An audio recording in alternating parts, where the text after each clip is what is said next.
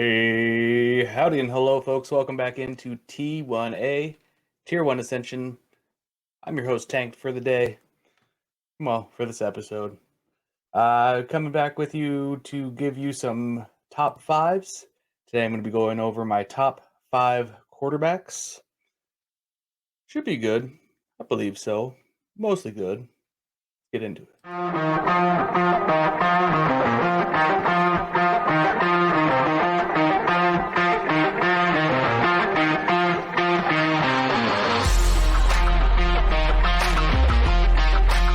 Okay, all right, here we go.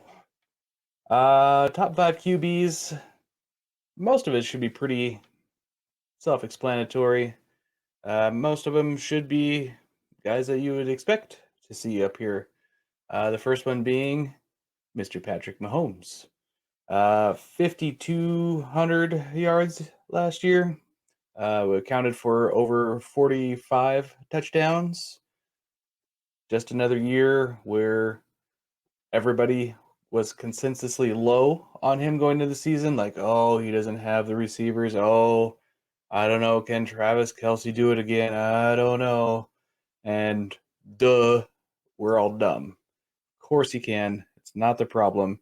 Even with Eric Bieniemy leaving, I think with Andy Reid still there, shouldn't be a problem for the Chiefs to continue their success and hopefully get one of these young wide receivers that they've drafted and traded for up and going. We saw Sky Moore get some valuable touches at the end of the season last year.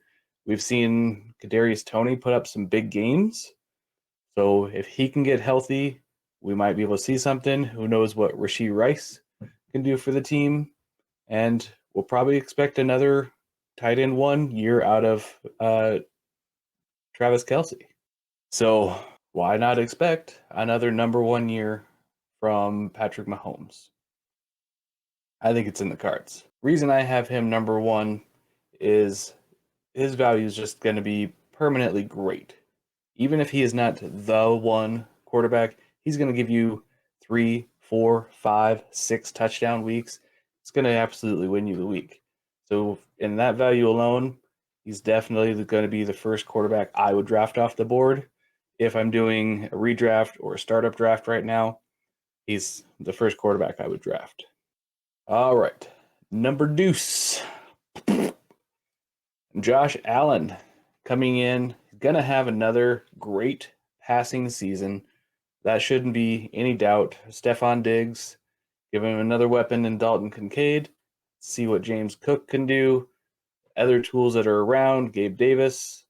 See if anything of Justin Shorter is going to be a thing. Maybe he can take that role Gabe Davis couldn't fill. Or maybe they figure out that Gabe Davis isn't just a big play guy and start to run him in those intermediate routes what they were hoping to have fill. If not, they'll probably rely on Khalil Shakir and see what he can do out of the slot. I think Josh Allen's rushing will keep him up there in the top 3.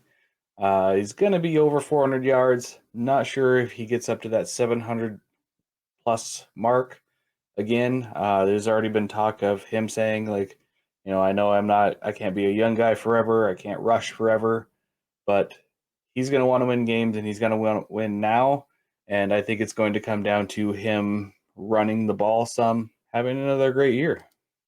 Number 3, Jalen Hurts. Big guy that I was on last year going into the season. I really saw in the reporting everything leading up to him having a good year. So there's a lot of places that I went out and acquired him. And that was before the A.J. Brown trade. I thought with just having Devonta Smith and Dallas Goedert and the backfield that he had, that he could have had a good year, plus his rushing ability, which he had his ankle surgically repaired. So coming into this year, you expect very similar rushing. I don't think he's going to have the 13 rushing touchdowns again, but it's not outrageous to think that he has 8 to 10 on top of, not to mention the 3,500 to 4,000 plus passing year that he could have. It just keeps him, that rushing ability keeps him in that elite number. And, these top three guys very easily could finish 1, 2, 3 in any order, and I wouldn't be surprised in any way. To me, this is where it kind of takes a little bit of a tier down, just because it's going to rely on these two guys to have huge passing years. But for me, number 4, Joe Burrow, just needs to pass. That's all there is to it. I think they'll limit Joe Mixon's running and put the ball in Joe Burrow's 9-inch hands and just go, because that's where they saw success. I think Jamar Chase ends up wide receiver 1 this year, and it's going to go just the Jamar Chase, Joe Burrow show. T. Higgins looking for a contract, looking to get something done, hasn't done yet. But they could move on from him. They could go get another free agent in the next year or two and make it happen. Maybe they just extend T. Higgins one more year by giving him the franchise tag. And Boyd, his contract is up at the end of this year. There are some things that could be in the works to get things moving. You also added in Irv Smith and no other tight end through the draft, which is shocking. Joe Burrow, another great year passing. And they improved their offensive line again. So they're just showing proof that they are ready to compete and ready to go, and it's going to be for Joe to throw. It rhymed. All right, my number 5. Quarterback on my rankings here. Justin Herbert has had great season after great season with a rotation of injured wide receivers. His best receiving player has been his running back, and as of right now, that's not going to change as far as the running back leaving. But I do think, we can't expect injuries to happen. So Keenan, getting up there in age, probably loses a step or so, but that's not his game anyways. He's not a speed burner. He's a find the zone, find the short area reception guy. You got Mike Williams, who's going to be hopefully healthy for a full season once and show you that he could be a great wide receiver too. Then you have Quentin Johnston coming in and probably looking to see what role he's going to be, if he's going to be that long play guy, if he's going to be a short area guy, and kind of what they can do with him. They still have receivers on the team. Josh Palmer, Guyton, I think, re-signed as well.